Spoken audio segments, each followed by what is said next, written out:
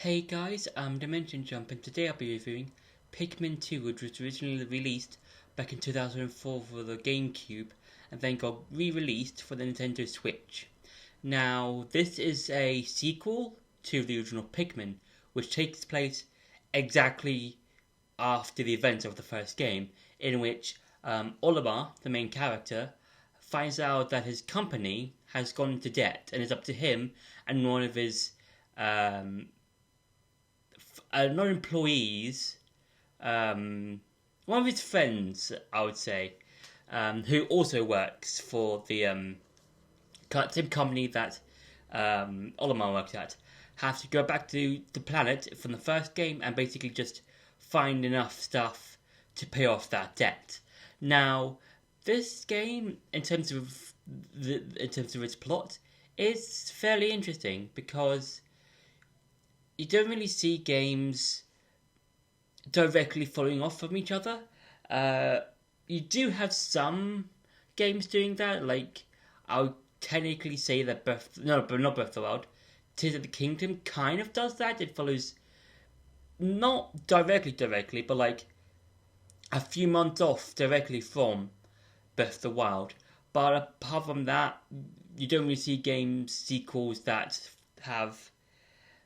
directly follow off from the original game, like Mario Galaxy 2. Even though Galaxy 2 is a sequel to Galaxy 1, you don't really see a lot of things referenced from that first game, apart from going to different galaxies and Rosalina appearing at the end. But for this game, it's fairly interesting to see a game following on from its original. From the very first game. And what I like about Pikmin 2 is that you, again, like with Pikmin 1, you've got returning Pikmin. So that being the red, yellow, and blue ones, and they kind of keep some of their abilities from the first game. So with the red ones, they are normal basic ones, but also fireproof. With the water one, with the blue one, they can go underwater, and with the yellow ones, you can throw them further. But in Pikmin 2, they are immune to electricity, so I think that's quite cool and interesting. And also in this game, you've got two new Pikmin variants. The one being this sort of ghostly white one, and there's another one that being purple. Now, like with the other Pikmin, these two new Pikmin have their own abilities. With the ghostly white one, it's immune to poison areas, and with the purple one, it's stronger. So that means it can carry stuff.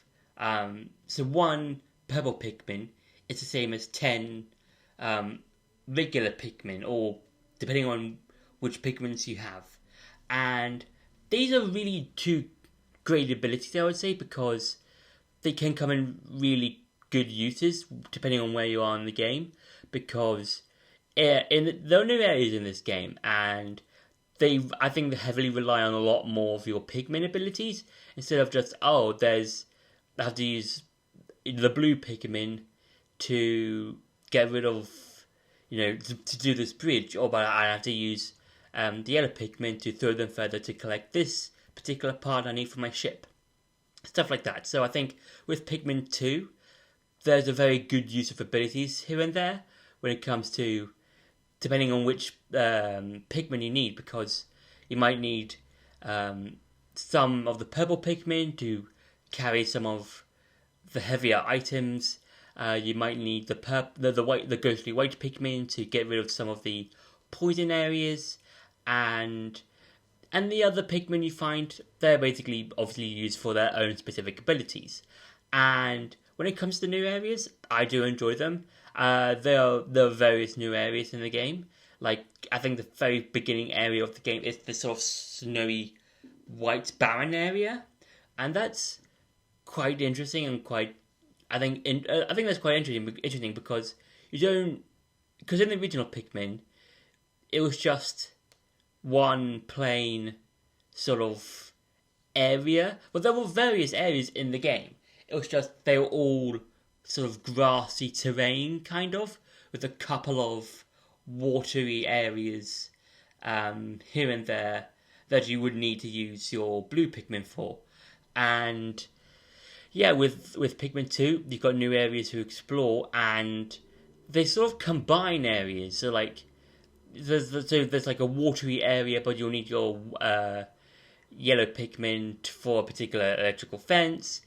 You might need your purple Pikmin to do this like sort of seesaw type of thing. It's like because there's like there's sort of like these two bricks you need to kind of raise yourself up on, and yeah, and also there are various caves you can find in each area. I think there's about 4 in each area, and they all contain stuff in order for you to collect. And they all are various, and they all have various times of allowance or value, which I think is quite nice. And now it's time for some gameplay. So, like with the original Pikmin, you're given, the standard, you've got your 3 different save files, and also, if you look at the bottom of the screen, you can see how much funds you have and how much treasure you have. So you can see on the bottom where it says funds, I have about 7,300. So I've got about like 3,000 left. And yeah, and I think that's quite interesting. Like, I think that's quite a nice way of showing, okay, you've got this amount of left to go. So right now I'm in one of the underground areas, and if you look at the bottom right, so here you can see see a radar thing. So that just basically shows you or tells you that you are near some kind of treasure. And like always, like in the like in the previous game, you can use your whistle to, if you press the B button, you can collect a certain amount of Pikmin. If you press X, you can discard your Pokemon, Pikmin, as well as your friend. And they're like some old enemies, some new enemies, or new versions of enemies. So like this Bulbin, I think it's called a Bulbin. It's like it's kind of like the Pikmin in a sense. So like with the previous game, just press A to basically fight enemies, and that's basically how you do it. And then you're given like a sort of small description of the different enemies and stuff like that, and especially like the Bulbin Pikmin thing. So I think that's quite cool. So yeah, so if you look, hang on, so if you look at the radar now, you can see that it's going all the way to the right. That means I am basically where the treasure is at. So let's grab all of my Pikmin and throw them at the treasure. And like in Pikmin 1, you need a specific amount of Pikmin in order to carry the treasure. So some might be, carry the weight of 4 Pikmin, some might be to carry the weight of 1 or 20 or how many ever. And yeah, I would say with the underground areas, they're quite interesting in a sense, because I like the way that they are used and how they are different from each other. And I like whenever you find a treasure, they give you a sort of like some sort of like small description of them. So like this is the comfort cookie, but it isn't really worth that much because it's only worth 10 coins, and that'll just give me 7,310 or whatever. And yeah, and the underground areas, I think they're nice. I think that they're very helpful of showing us, okay, you've got so much stuff to do, and you have to try and find all of the different Pikmin. And also, if I get this Pikmin back, you can actually switch people. So if I press X, so right now I'm controlling Olimar, so just look at him running about, and then if I press Y, I can switch characters. So what I think is interesting is that I can have some Pikmin going over here a bit. Just basically just destroy this wall, throw all of them here, and then then switch back to Olimar, get all these Pikmin, and just do their own jobs. So let's destroy this guy. There we go. And now these Pikmin can carry this guy back to the place. And it's basically the same. Oh god, so there are new enemies, some old, some new, and this is kind of like if this particular enemy has like the bombs you see in the previous game, and that should I'm guessing that's some kind of puzzle. And let's see. Okay, so there's some sort of tape. So I'm getting this needs 20 Pikmin. I don't think I have enough. I just about have enough. So you have to be very wary about how you use your Pikmin. So I think that's quite nice. And yeah, there's nothing really else too much to describe. It's just you find different enemies. You basically just if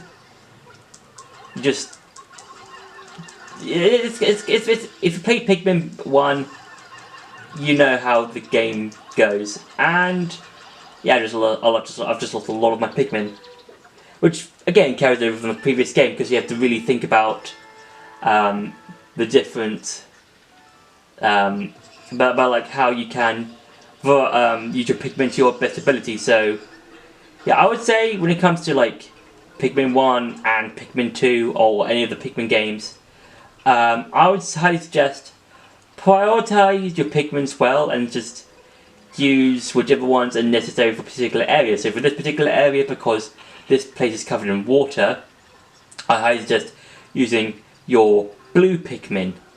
And is there another piece? I think there's like another. Hang on, map. That's the wrong map. That's not the map. Oh. And also, enemies can appear randomly. I forgot what it was called. Some sort of like invisible frog. So yeah, and also the sensor guy can pick up on specific enemies, but some enemies don't. Like this guy can't sense it, that kind of thing. So yeah. So switch back to Olimar. So yeah, I would say when it comes to prioritizing your Pikmin, try and use the best. Just try and think of which Pikmins you need and stuff like that. So yeah, so that's been it for the gameplay. Now time to go back to the review. So when it comes to the cave areas in Pikmin 2, basically you have to rely on your Pikmin like in the previous game, and each area is different from each other. So, and you have to get them in different ways.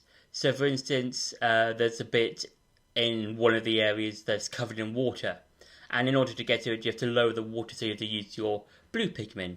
And yeah, I think all these areas are unique, and I do like how after like a certain amount of floors, you fight like a boss, and then you can collect the materials or the object that you find down there in order to get the debt up.